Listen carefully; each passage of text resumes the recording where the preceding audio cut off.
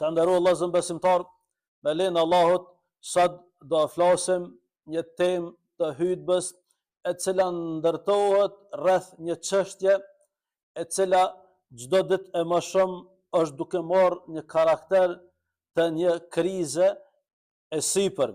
Andaj është fjala për krizën në shoqëri të martesës dhe të divorceve.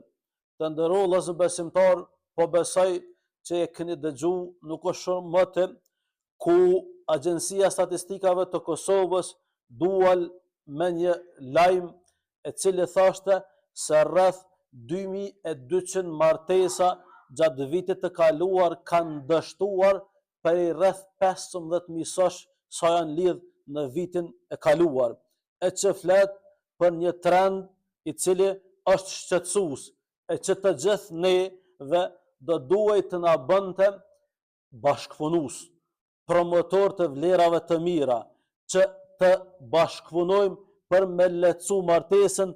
Andaj në këtë drejtim të nderuar vëllezër besimtar, ne jemi një trup, edhe nëse një trupit i dhem një pjesë, ke trupi hetën dhimbën. Andaj në këtë drejtim fillimi i një martese nënkupton se kjo është nga ana e Allahut, wa min ayati, dhe prej shenjave të Zotit, kështu Allah e ka përshkruar, është që ai për ju ka kriju bashkëshorte. Në këtë drejtim kjo tregon se kjo lidhje do të më ndërtu, me një lidhje mithaqan ghalidha, një lidhje të fuqishme, por për me qenë e suksesshme do të më i parapri vllazni me një bekim nga ana e Allahut, me një pranim nga ana e kujdestarit e prindit, e jo sikurse për fatkeq vllazni na janë përhapur tradita që nuk paraqesin as vlera, ku bën shpenzime marramense, ku teprohet me ushqim, bëhet masraf, ku ka zhveshje vallëzime të përzira, e krejt që të vllazën besimtar pastaj ndikojnë që një martesë me u shkapërder, që një martesë me dështu e një vllazni, të tonë kemi një motër, një vëlla, një djalë tezës, atë çikës, hallës, a kështu me radhë, që kanë nevojë me ndihmu në këtë proces. E Islami vllazën besimtar na mëson se martesa do të më bë fillimisht dhe mbi të gjitha mbi parimin e devotshmërisë. Ai i cili e zgjidh bashkëshorten e tij apo të saj për shkak të devotshmërisë, a dini vllazën besimtar çka ka thënë pejgamberi son? Taribat yadak, të lumshin durt, e ke bot zgjedhjen e duhur. Gjithashtu vllazën besimtar, ajo që duhet të adresojmë është që ne tyre të afërmve tonë, çtyne që në rini me i ndihmu vllazni, mos m'ja u vështirësu martesën, pse se ti pe dikon i cili është shumë më i pastër apo për diçka tjetër, mirë po me u nis pe parimit bazë, fillimisht me këshir imanin e djalit dhe vajzës, që nuk kupton devotshmërinë e tij apo të saj, dhe pastaj tjerat në rregullin me këshir. Mirë po dhe vllazën besimtar, mos më nxitu kur ndodhin këtu të lashët martesore, të cilat tonëve na prekën. Asnjë nuk është i përjashtuar, sepse natyrshmëria e dy njerëzve nuk është gjithmonë e njëjtë. Mirë po, kur ndodh një të lashë e tillë, me u mundu me i bashku, me u mundu me i pajtu, e jo sikurse është e përhapur në popull ton momentin e parë që ndodh një të lashë e madhe, këtë që e kanë ngalën dy palët e familjes, është veç neve mos na mit foje. Çikaç? Andohën, azon hiç është më nësi, po veç neve mos na mit marrja ndër, jo vllazën besimtar. Islami që kështu s'kërkan. Islami që na mëson që me i ndihmu, me një të mirë me shku me i pajtu, me mundu me i afru këtë çift, mos me nda këtë çift martesor për shkak një zonke tastit, për shkak një fjale, si për shkak një problemi i cili me ku adresohet. Andaj në këtë drejtim të nderuar vllazër besimtar, kjo çështje ka fillu me qenë shqetësuese. Dhe ne, si bartës të moralit në shoqëni, do të më kom promotor të në vlerave. Ne do të më ndihmu ata që kanë nevojë me këshilla. Nëse te e sheh një individ caktum duke vujt, mos prito për hir të Allahut këshillo. Për hir të Allahut, a dini vllazni se një fjalë me thon për hir të Allahut, një këshill nga dikujt për hir të Allahut, tek Allahu të bën një vepër të madhe. Dikujt më ia thon një këshill vetëm për hir të Allahut, o vëlla, kjo lidhje është haram. S'ka bereqet lidhja që bëhet jashtë martesore. Braktisë këtë lidhje, pendoho dhe martoho se me lenë Allah të Allah ku me të begatu. A dini vëllezër besimtar çfarë autoritetit tek Allah bën? Pse? Se ti e ke bo një argat dinit Zotit. Qoftë edhe të martesa. A pesheni vëllezër besimtar, neve këta që janë armiqtë tonë, po mundohen që islamin me na mbyll veç në xhamia. Vëllezër besimtar, jashtë xhamia do të promovojë islamin. Jashtë xhamia do të më nxjerr vlerat e islamit. Andaj çfarë tham? Një këshill është më rëndësi. Është punë e madhe tek Zoti, ti më thon dikujt një fjalë për hir të Allahut. Pse? Se ka thënë Muhamedi alayhis salam, "Ad-dinu nasiha." Feja është këshill, por kënd për këtë umetin, edhe për xhallar, edhe për xhamatin, edhe për udhëhecat, ton kanë nevojë për këshill, andaj ti çatu ku jeton, sidomos në këtë kohë kur po shohim se morali ka filluar me ra, edhe martesa si institucion është duke u dëmtu, mëno vëllezër besimtar me promovu, mëno me lehtësu, mëno me ndërmjetësu martesat vllazni. Shikoni, unë i kam 46 vite jetë, veç edhe para luftës nuk kem pas numër kaq të madh të rive dhe të reja pa martu. Sot s'ka të lashe, s'ka rrezik të sigurisë, nuk ka arsye me pas këtë status, mirë po duke këshyer secili punën e vete dhe duke mos i ndihmu njëri tjetrit, ke marrë me një situatë vëllezër besimtar si kjo që po shohim. Andaj qëllimi i martesës është më shumë se sa tjerët e kanë. Tjerët e kanë me shfryn një epsh. Jo, në islam s'ka kështu. Kjo është instinkt shtazarak. Po, është pjesë e fiziologjisë tonë, s'kontestohet. Mirë po muslimani martohet për një qëllim më të madh se sa kaq.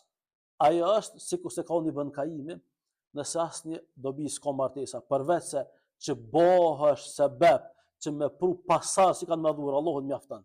Andaj ti me martesë çfarë bën? Innal arda yarithu ibadallahi salihun. Me të vërtet tokën kanë me trashëgu robërit e Allahut vepër mirë. Andaj ti martohesh dhe bjen pasas këtë dynje të cilët kanë me adhuru Allahun. Dhe në këtë drejtim, qysh ne e trajtojmë martesën, jo kur ti bën djali 40 vjet s'po martohet, edhe vajza e ka bu kusur vjet, që ka vjet, mirë po pej fëmërisë ti fillon me punu me vladin tën, duke mësu kush është Allahu, kush është Muhamedi alayhis salam, duke mësu sunetet, duke tregu se pejgamberi alayhis salam kon o jurini, kush ka mundësi pe juve, le të martohet. Ky hadith ka me një farforme i cili në gjuhën arabe është një shkruajnë f, i thonë, edhe kur do cilës do foli para prind, nuk kupton se veprimi folior do të më pasu më një herë. Falja të zawaj. Kështu ka thonë, ai që ka mundësi më martu, më një herë të martohet. Kështu pejgamberi son na mëson. Ose besimtar, çështja jon ndaj këtij problemi është se ne po dështojna me eduku fëmijët qysh në fëmijëri, e pastaj kur ata po rritën e po pjekën, po morrin edukata të tjerëve, po morrin edukata që ti kur ti thu martesa është ajo që na ka këshilluar pejgamberi sonë, po çka ka lidhje si me kalu njëjtë është. Çka ka lidhje si me bashkëtu njëjtë është. Jo, nuk është njëjtë. Edhe nëse duket si njëjtë, po nuk është njëjtë, se martesa, çfarë them, e kërkon aprovimin e prindit, edhe pastaj vjen bekimi i Allahut e bën në lidhje mithaqan nga lidhje, në lidhje të fuqishme. Pse? Se ke bëu për hir të Allahut. Plesht e din, na kur morëm pjesë në për martesa, qysh e thëmë, për hir të Allahut ta lypi vojzën. Qa e thuti? Për hir të Allahut ta bëj për hajër. Për hajt koftë burr e vlade. Allahu i dhash bereqet njët. E kjo është ajo çështje që ne vëllazni po na mungon.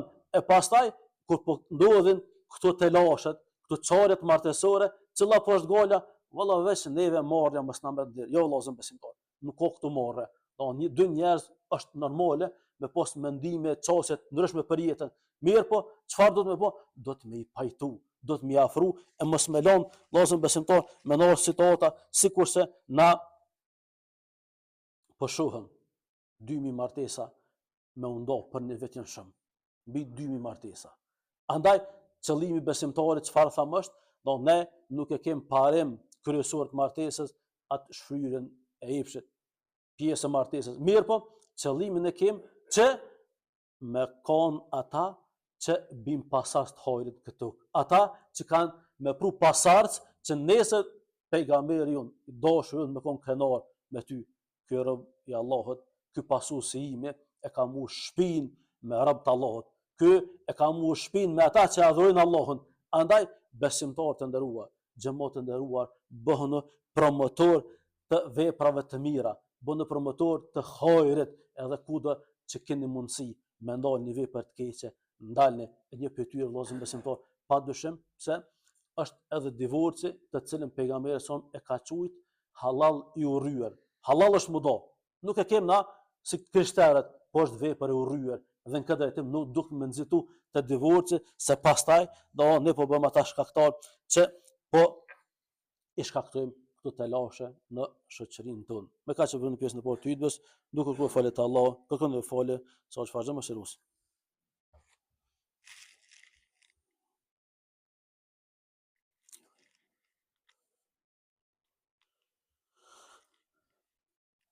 Alhamdulillah, wahdahu wassalatu wassalam ala man la nabiyya ba'da. Të ndëruar xhamat, Islami e ndalon murgërinë. E ndalon murgërinë. Ajo që sikur se kanë disa pjesëtar të feve tjera, mos më martu, madje e nxit martesën. Ajo ka herë është sunet, e ka është vajib, obligativ është ai që nuk mund të merr moralin e vet, e në këtë drejtim është ligj i Allahut, se çdo gjë e ka krijuar në çeft, kafshët, bimët edhe njeri, dhe jeta nuk bëhet ndryshe në mënyrë të suksesshme përveç se duke realizuar përmes martesës. Andaj në këtë drejtim, në këtë proces të divorcit ka faktorë të shumë që shkaktojnë. Një prej tyre është edhe ekonomia, mirë po mos jemi ne shkaktar si pasojë e moraleve tona, si pasojë e çështjeve tona të gabuara me pas familje të shkatruara. Andaj të nderuar xhamat, Islami na fton drejt qëllimeve të mëdha. E para, familja e shëndosh është baza e shëndosh e shoqërisë.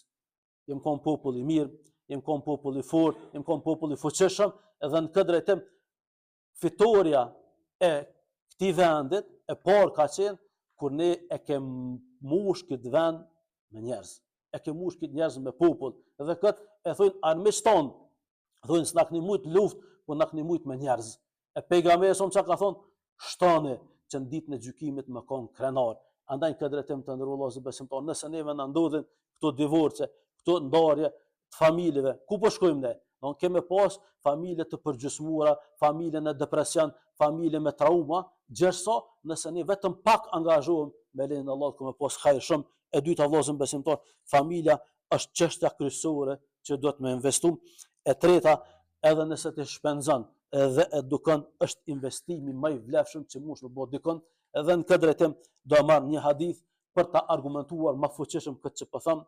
Ka thonë i dërguari i Allahut, Muhamedi alayhis salam, hadithi gjendet në Sahih Muslim, i cili thot dinari i mirë është dinari që e shpenzon në rrugt të Allahut, është dinari i mirë. Pastaj ka thonë dinari i mirë edhe është me shpenzu me liru një rob që ka ndonë armiqtë të Allahut, është rob edhe me nxirr më shlupit. Edhe ky dinari i mirë i shpenzu në rrugt të Allahut, edhe dinari i mirë është dinari që e ndihmon të varfën.